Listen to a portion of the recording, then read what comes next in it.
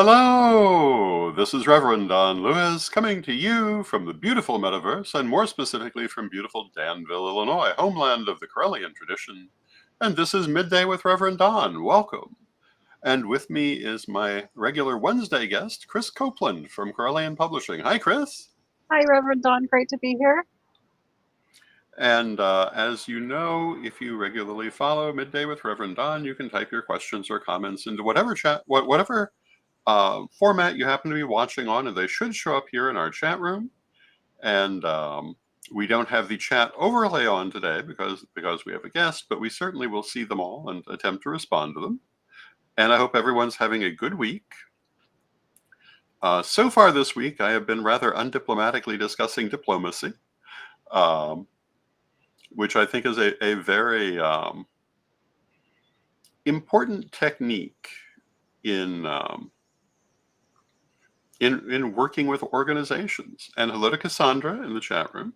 Hi, Cassandra. And Good to see you. it also kind of speaks to some of the subjects we'll be talking about today. And Krys, what do you have for us today? So jumping into what you were talking about with undiplomatic diplomacy, I think that's a great bridge into a new press release I'd like to share with everyone here. Certainly. Let me find my... Hello to Fox Fur Witch.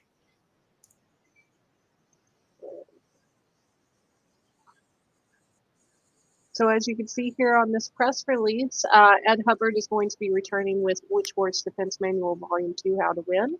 This is a sneak peek. We won't be releasing this press release until tomorrow. But I wanted to give your audience a little insight as to what they'll be able to find within this book. So we'll just read through it here quickly together. Renowned occult author and pagan leader Ed Hubbard, the mind behind the controversial Witch Wars Defense Manual that stirred the cauldron back in 2005, is back with a vengeance. Just in time for Halloween, Hubbard announces the release of Witch Wars 2, a defense manual, a hard-hitting sequel that dives in even deeper into the dark, treacherous waters of reputational warfare in our hyper-connected world. So in 2005, the original book was more than just a book, it was a call to arms. Initially printed in a limited run copy of only 100 physical copies, the manual quickly became a must-read for those in the know. Spreading virally as a free PDF. That PDF is available on our website right now. You can go to CorellianPublishing.com, go to books, click on the new book, and you will find a link to the old book. And this isn't just a book, it's a battle plan for surviving and thriving in a world where your reputation is your most valuable asset and where the lines between truth and manipulation blur more every day. At the core of every witch war, whether it's among practitioners, in the workplace, or between nations, is reputation, Hubbard explains. We live in an attention economy where your reputation is the currency you trade. How you manage that in 2025 will determine the power you wield and the influence you have. And this book delves into the advanced tactics needed to protect your reputation and identity in today's cutthroat environment. From the weaponization of false memories to the strategic use of social media, this book covers the full spectrum of reputational warfare. And with this trademark bluntness and unfiltered approach, Hubbard lays out the realities of this modern conflict. Because in the world of witch wars, there's no room for sugarcoating.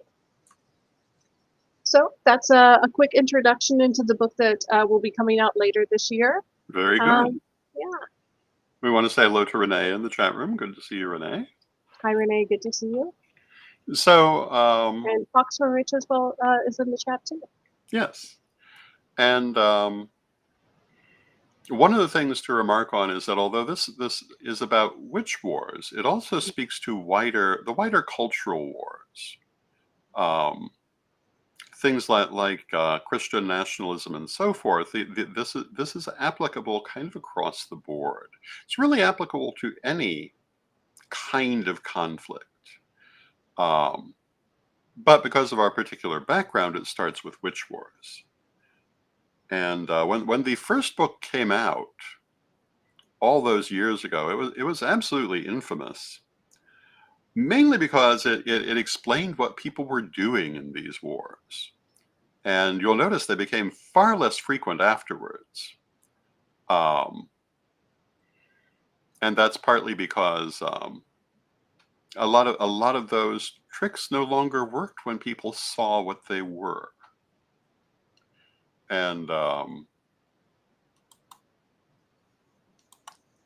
there we are. Um, it There are a lot of these things you don't think about. And when I've been talking a lot about leadership in recent programs, talking about diplomacy the other day, and on Monday, my talk on diplomacy went places I really wasn't expecting it to go. But all of these things connect to one another. And Ed is talking about reputational warfare, and that's quite often what it is. That's also, to some extent, what I was referring to as emotional violence. And hello to Janet Winston in the chat room. Good to see you, Janet. Hi, Janet.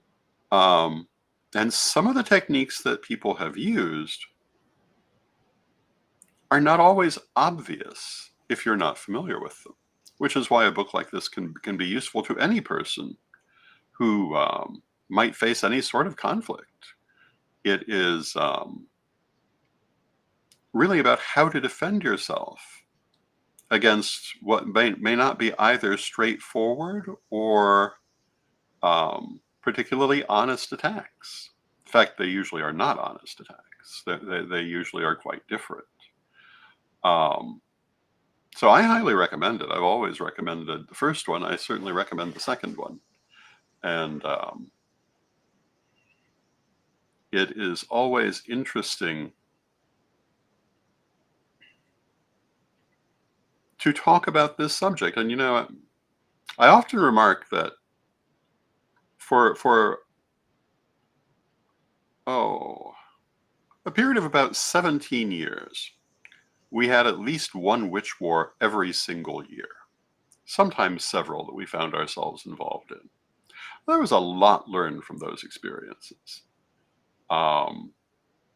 Like I say, in subsequent years, they become less common. There are still people trying to start them in the world, and occasionally they experience some success.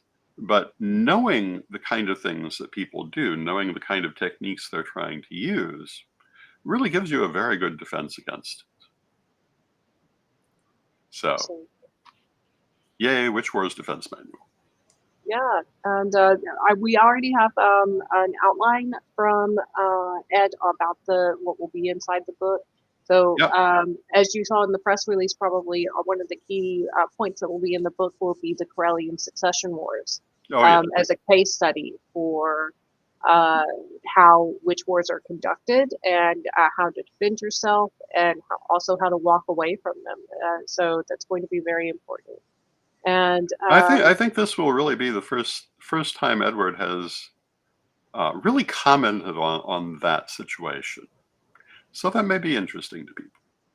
Absolutely. I know it's been interesting when I have our conversations with Ed about where his book is going and how he wants to develop it.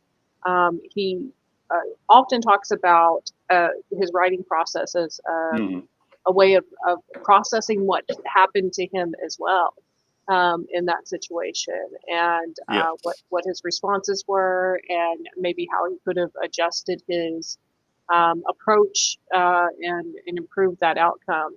And also, he analyzes it in great detail. Not just what went well in that war, but also, the successes of the war, but also the failures in that war. Oh, yes. Yeah. It was certainly an interesting time. Absolutely. And the thing about this is that it is a strategic examination of what happened, not a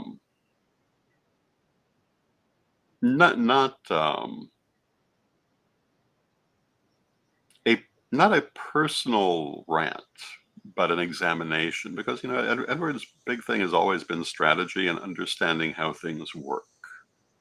And so it will be approaching it from that angle. A lot of people really don't know what happened during that period. They know only a certain amount that was visible. But I think lots more will be mentioned. Yeah, absolutely. And the techniques are really fascinating. Not just how to identify these tactics being used, but also which tactics will work better in certain situations. Hmm. He talks about neuro-linguistic programming, which I had Yeah. not even heard of until I started working with them on editing this book. He talks Hmm. about false memories and how that can be used for both harm as well as good, Hmm. and how to balance that. He Yeah. talks about the crystal web, tapping into the crystal web as a shield and a weapon, Yeah. and how originally it wasn't necessarily designed as a shield, but as an available source of power. Oh, yeah. Uh, Yeah. so that's really fascinating to look at it from that angle because I'd never viewed the crystal web in that way.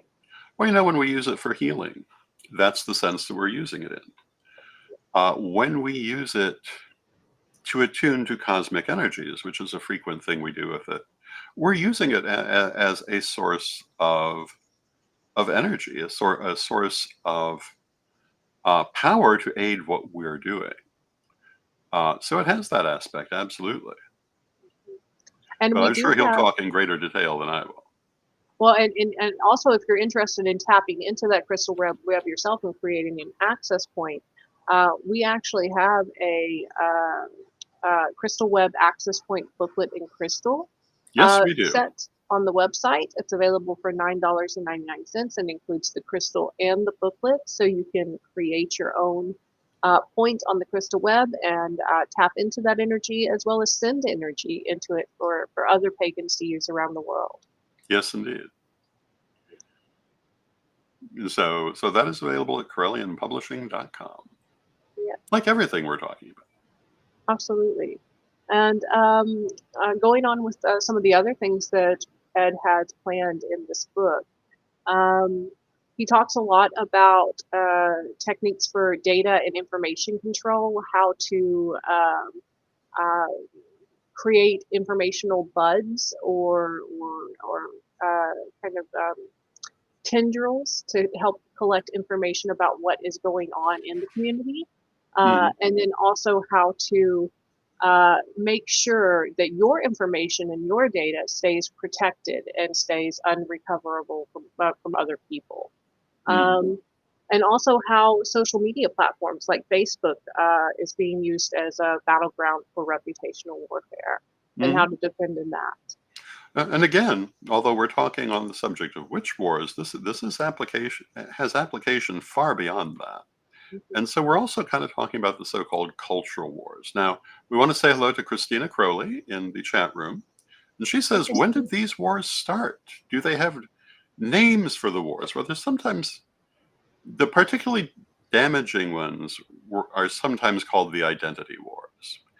And she says she's sorry, but she's never heard of anything but the witches' trials. Well, I mean, I'm sure there have always been a certain number of witch wars. Um, I don't remember encountering many of them in the 1980s, but I do know there were a couple that happened. But it's in the 90s it became an endemic problem in the community, mostly in the identity wars, um, which were devastating to the community by and large. And it continued through the early 2000s, then kind of backed off. Um, but still, for certain groups, it's their technique of choice for trying to solve conflicts. That's why I keep saying things like diplomacy are more productive because witch wars usually only leave wreckage in their wake.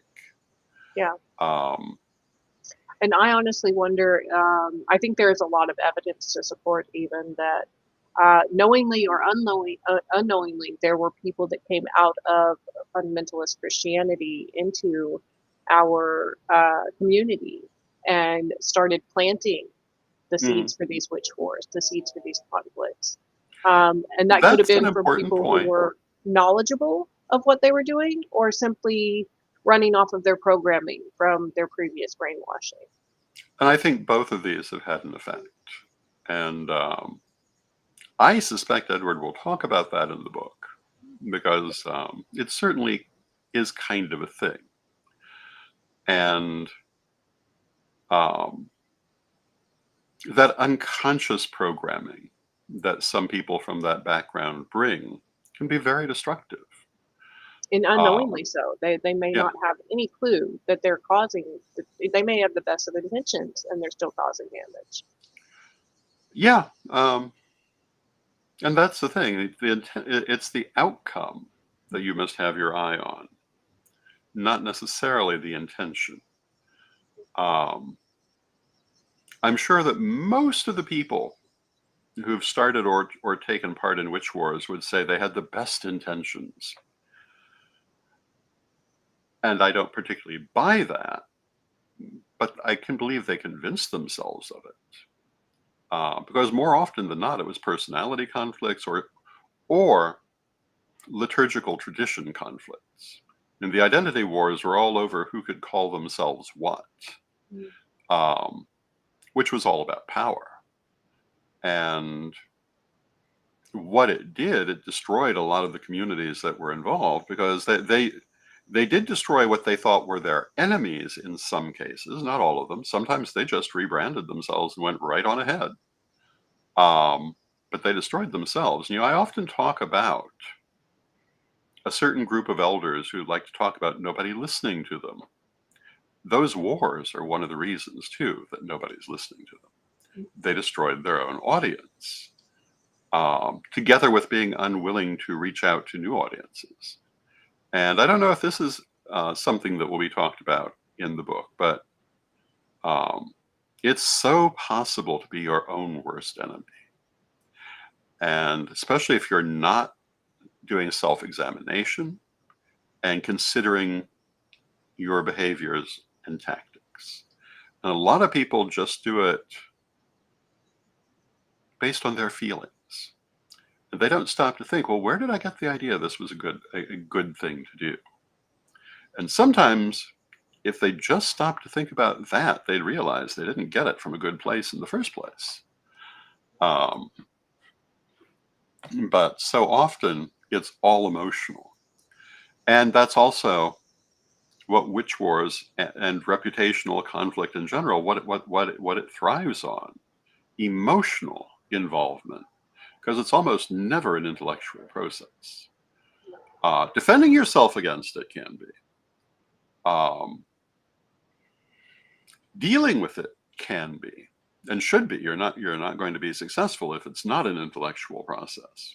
But the people who are waging the conflicts, who are starting the conflicts, are almost never coming from their thinking self, but they're moving on feelings. And I remember back in the 70s and 80s, there was a huge feeling in the metaphysical world. All the different branches that we had to get into our feelings. We had to get away from our minds. Mind was bad, the feelings were good. And I get that, because the previous generation had done the opposite. But we're long past the point that we needed to get any farther into our feelings. Some individuals may, but as a community, we really need to start thinking about what we're doing and looking at what we're creating. And, I can think of several once very strong communities that are shadows of their former selves because they allowed these witch wars to rage through them back in the 90s and early 2000s. And it just never takes you anywhere good.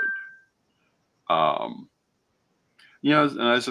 I was saying the other day, you can't always avoid conflict. Sometimes conflict is what you must have.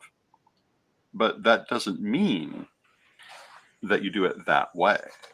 You must be thoughtful of what you're doing. You have to think about what is going to happen if you win it, and what's going to happen if you lose it. If you get what you're fighting for, if you don't, what are the potential outcomes? And if you don't stop to think about that, I mean, you can say, well, I was acting on principle, but you're still going to get the same outcome. And when you don't think about that, what you usually get are ashes.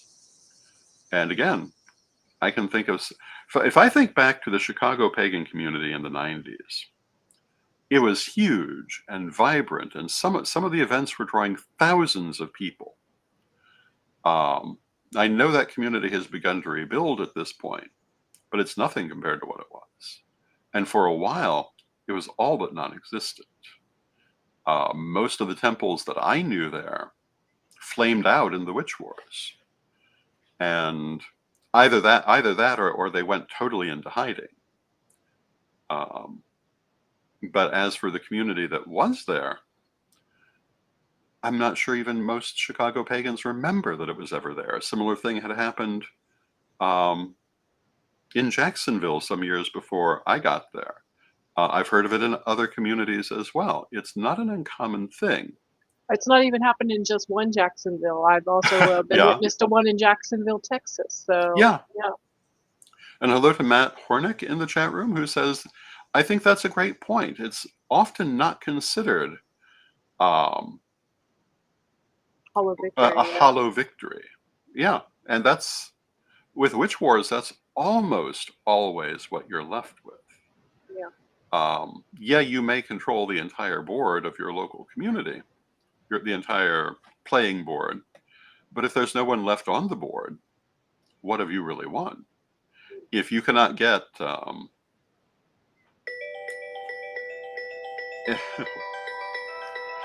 pardon my phone. If you cannot get anyone back involved in your community for the next 10 years, what did you win? Emptiness. And hello to Nikki Dodd in the chat room. Hello, Nikki. Good to see you. Sorry about that. I keep mine on silent constantly. I would throw it across the river if it made a noise. So. Usually people know not to call me at this time of the day. But this was a person who I don't think knows about this broadcast. And I was not expecting them to call at this hour. Right now, it's a great thing to bring up in conversation. You know, you called me during the middle of my podcast. Next time you should check it out. I'm sure I will speak with them later in the day. But, you know, getting back to why the Witch Wars Defense Manual Volume 2 is a valuable book. These are some of those reasons. Again, you cannot always avoid conflict, nor should you always avoid it. Some things really merit it. You know, I've spoken for 2 days now about that high priest in the Chicago community whose name I will never mention because he's completely forgotten now, due to witch wars he involved himself in. But he was a very negative influence who had physically attacked a number of women in the community. It was important to have a conflict there. Kenny Klein, who some people will remember, and many probably will not at this point, part of the center of a huge pedophilia scandal some years ago. Absolutely right to have a significant conflict there, and would have been better if it came sooner. Although what people did or didn't know, who knows? And you know, even though you have those conflicts, they're not always going to be successful. But in fact, I think the majority of the time we do lose, but that doesn't mean we shouldn't fight the war anyway. Yeah.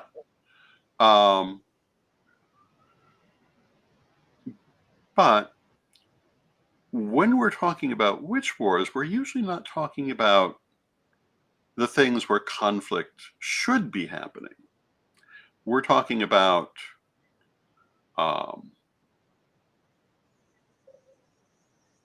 really conflicts that should never have happened in the first place, and techniques that are often quite underhanded.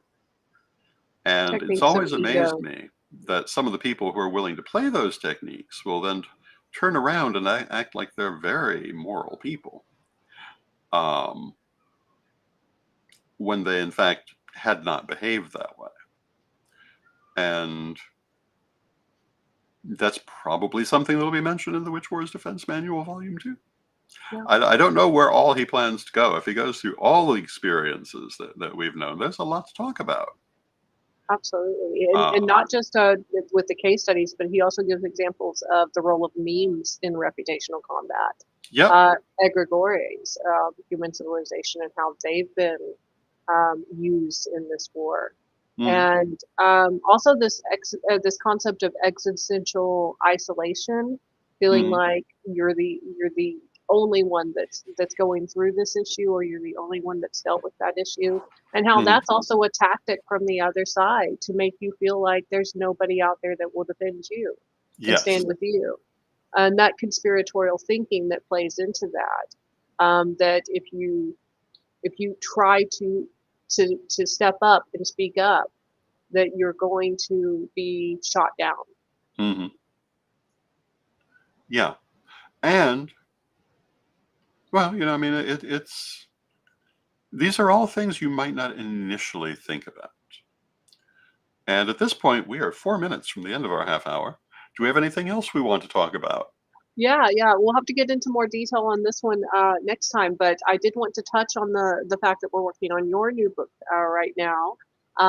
That is Reverend Don's Book of Stones, Metals, and Crystals. Yes. And I've just been working through editing the first chapter on introducing, stones in their magical purposes, but also talking about the history of stones. Hmm. And that's one of my favorite parts. Is like, how did we used to do this, and how can we pull things from that and continue to use it? And you Well, I dive into mean, all these cultures around the world with their different connections to special stones, like the Romans with tiger's eye, and the Egyptians with lapis lazuli, yeah, Chinese with the jade. absolutely. And using stones metaphysically is one of the oldest things that we do. It's not the oldest, but it's among the oldest. I mean, as far as I can say, the metaphysical use of stones um, really goes back probably as long as we've been using them in small items. Um, and in fact, if you look at our first use of stones in tools, we obviously, as a people, seem to have attached metaphysical importance to that because if you look at the way that early axes were portrayed, they're always seem to be portrayed as sacred implements. And while that's not exactly the same thing as putting a stone in your pocket, um, the early axes were stone, and obviously it was felt that they had metaphysical character, even at that very simple place. When people started wearing jewelry, we can't say exactly what they thought, but it's reasonable to assume they were attaching metaphysical significance to it because we'd been doing metaphysical things since before we were modern humans, and we know that. There's evidence of metaphysical use of various items going well back in the ancestry of humanity, certainly before modern humans. And so I'm sure that right from the start, the metaphysical meaning of stones was very important and fascinating around the world. Absolutely. So I think next week what we'll talk a little bit more about is the unique correspondences Hmm. that you've added to this book, not just on the colors of the stones or their individual meanings, but also on their shapes, Hmm. which I found very fascinating. That certain shapes will draw certain types of energy. This is So absolutely so. yeah, I'm looking forward to that discussion next week. Christina in the chat gives a great comment. Where I live, it is really frowned upon here to be a witch. I actually got fired for my religion in 2 jobs. I've experienced the exact same thing in Texas. I'm so sorry you went through that. I really wish that I could open a true place to do rituals and freedom from the ignorance in Evansville, Indiana. Yeah, there's Evansville, Indianas are unfortunately everywhere. The good thing about where we're at right now in society is that we can create that place ourselves. And books like Witch Wars Volume 2 or the original Witch Wars can help with that, can help you to create a safe space for pagans right there in Evansville. Yes, And, indeed.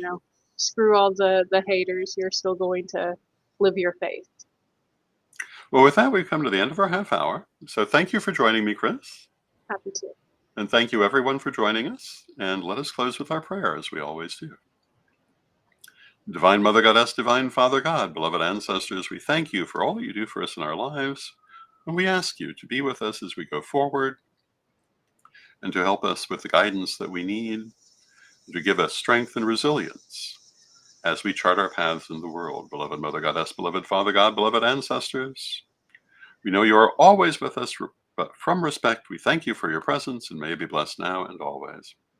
And I thank you for your presence. May you be blessed now and always. Thank you again, Krys. And with that, we will play our one little commercial, and we will be gone for today.